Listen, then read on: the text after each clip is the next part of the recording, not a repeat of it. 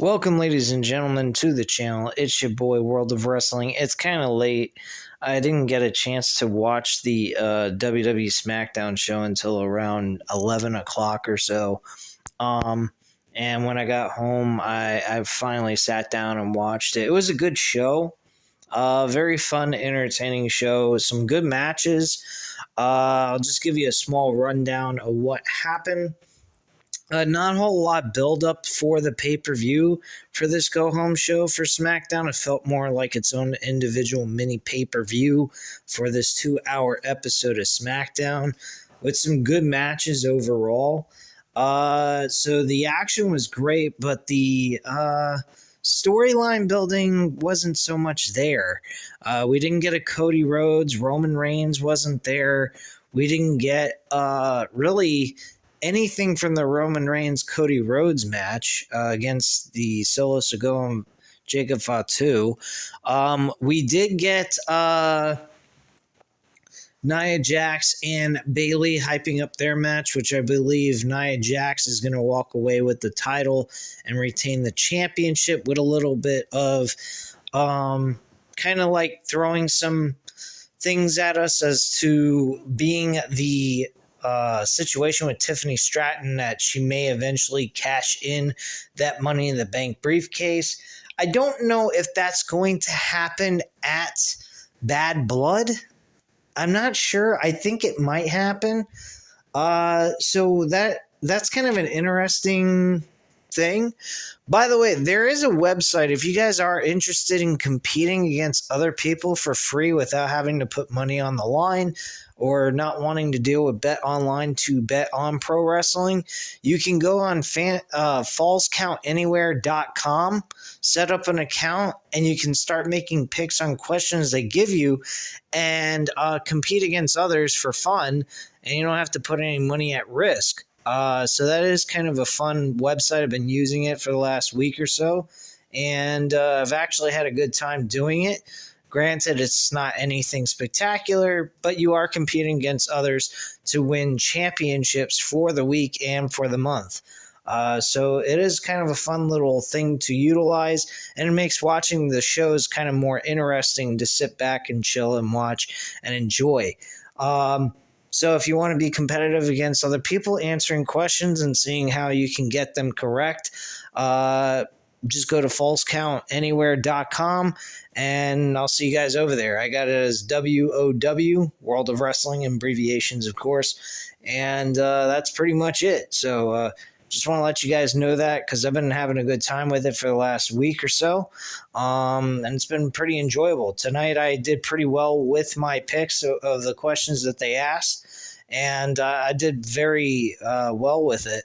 I think I'm probably going to finish in the probably first or second place out of like 30 something people who are competing in this SmackDown episode. So I think I did pretty well.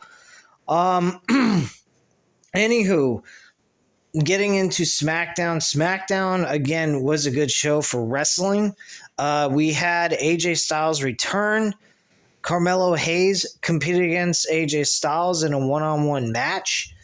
And AJ Styles ends up losing the match because of an ankle sprain. Apparently, I guess it's legitimate. I'm not sure.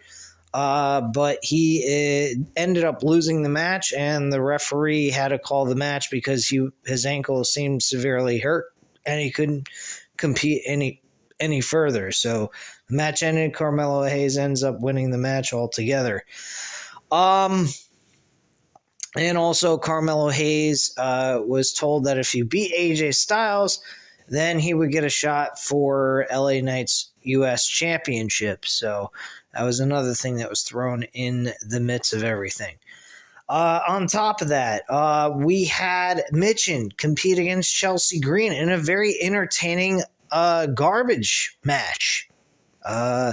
This was actually fairly fun and very enjoyable to watch. I had a good time watching it. I'm not a big Chelsea Green fan whatsoever. I don't think she's all that great. But, I mean, in WWE she ain't. But apparently she's pretty good in TNA. I don't know why.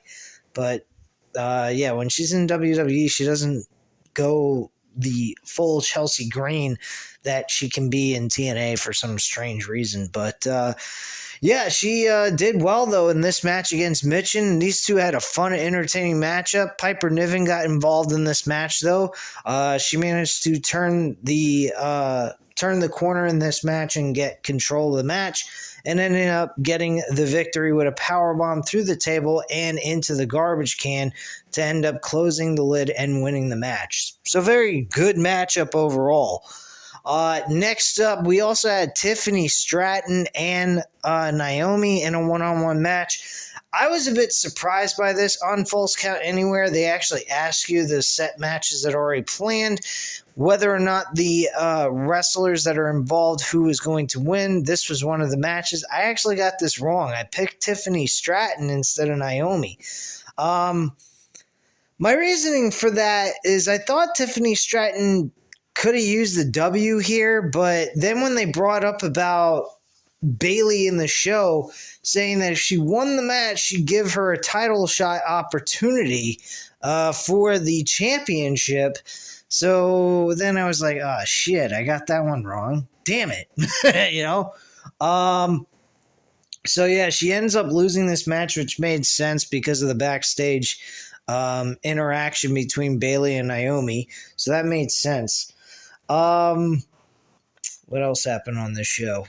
We had the triple threat ladder match for the tag team titles. Very entertaining match. Great stuff. I think it was excellent. And the Bloodline win again. Tama Tonga and Tangaloa end up winning the title, retaining the titles, I should say. And the Street Profits and DIY end up coming up short. No one really came close to getting it. I mean, a few times DIY and Street Profits did, but they didn't actually grab onto the belts, or they would have won, of course. But great match. It was a very good, entertaining ladder match. They did an excellent job with this episode, honestly. For a go-home show with no build going into the SmackDown pay-per-view matches, this did a pretty good job entertaining us, at least, filling in the holes where they were lacking with storyline progression, and these matches were excellent. So yeah, I give SmackDown a W here tonight, despite the lack of effort putting into storylines. But then again, Bad Blood doesn't have a lot of SmackDown matches on this card, but two, and that's the Cody Rhodes and Roman Reigns against Solo Sikoa and Jacob Fatu, and then the Women's Championship match, and that's about it. Everything else is just Raw matches altogether. So they didn't have a lot going into the pay-per-view itself, so, I mean, it is what it is, I guess you could say. But yeah, I enjoyed the show. I thought it was good. And kudos to them. But what are we doing after Bad Blood? Do we got a story, major storylines going into this is going to intrigue us? Do we have other things going to happen on SmackDown besides the Bloodline storyline? Can we get a little bit more story progression here? I mean, I do see some potential with LA Knight and Carmelo Hayes. We may see something come out of that. Eventually, AJ Styles is another story that they could really harp on and get us intrigued. I mean, there was a little bit of story there that was intriguing, trying to find out what the issue is, if it was a legitimate injury or was this just a fictional injury, so that they could have some story with AJ Styles saying, hey, he's getting old, he's getting brittle, and we're just telling a story of the winding down of AJ Styles' career, which I think would be great. Doing the same thing with John Cena, why not do the same thing with AJ Styles? But yeah, at the end of the day, SmackDown did a very good job for what it had, and the matches really filled in the holes of storylines not being there here tonight.